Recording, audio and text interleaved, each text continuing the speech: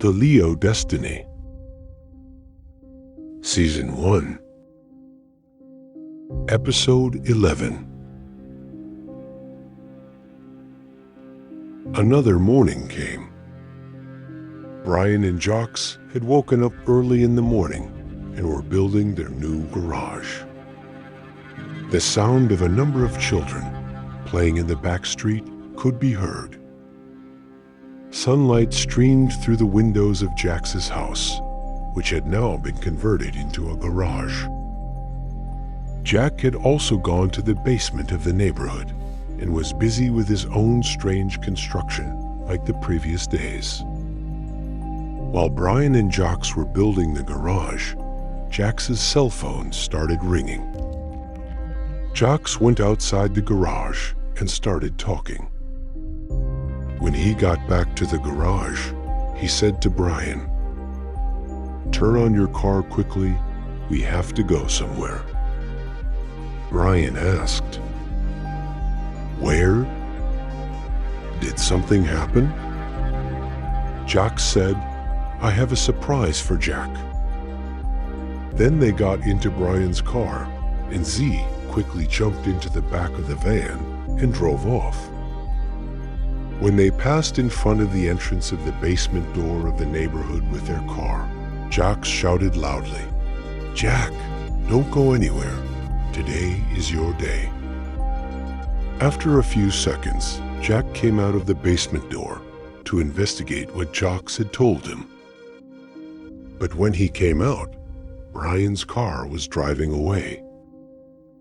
At that moment, Leo came out of his house and said to Jack, "Apparently, people are getting crazier every day." Jack smiled and went back into the basement. Leo went to the bus station like the previous days, but this time, because he had taken a leave from his work, he planned to go somewhere else. Considering that Leo had a high innate skill in shooting since he was a child, today he plans to go to a shooting training class. After boarding the bus, Leo went to the biggest shooting club in town. Brian and Jocks were also on the way. "Head to the airport," Jocks told Brian. Brian asked Jocks in surprise, "Airport? Do you want to leave the city?" Jocks said, "Don't worry. I had ordered a device for Jack. My father said to prepare it, and it will be ready for delivery at the military cargo area of the airport today at noon." Brian asked in surprise, "Jack ordered a military device? For what?" Jocks said, "The old man's orders are strange like himself. The old man has ordered an all-wave deflector with adjustable range. This device is not easy to find and is for the military."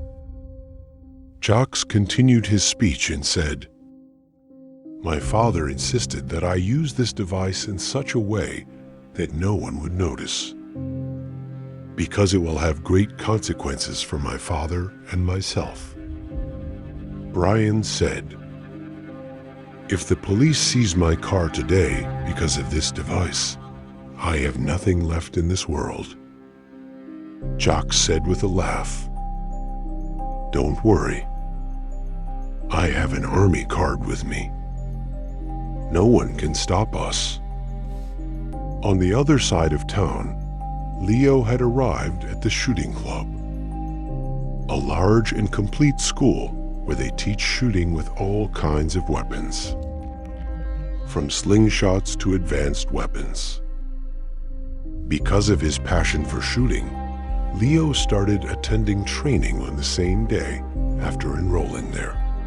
Seeing Leo's talent and skill, Leo's trainer asked Leo, "Have you already completed a training course?" Leo said, "No, today is my first meeting." Considering that summer was almost over, Today, the weather in the city was cloudy. Brian and Jocks were driving down an alley in the middle of town. Suddenly, Brian said to Jocks, "Did you see that thing too?" Then he parked the car on the side of the alley. Jocks asked, "What happened?" Brian said a black animal walked into that narrow alley. Jocks said, "It must have been a cat or a dog." Brian said, "No, it was much bigger. It looked like the same animal that Leo and I saw in the middle of the road that night." Brian continued his speech. However, even now, the animal was so black that I could not distinguish what it was. At that moment, Z started barking. When Jocks and Brian looked at the back of the car Z was sitting in, they noticed Z was looking down the side. Alley Brian said he was barking at. Brian wanted to get out of the car when Jocks took Brian's hand and said, "Don't get out of the car.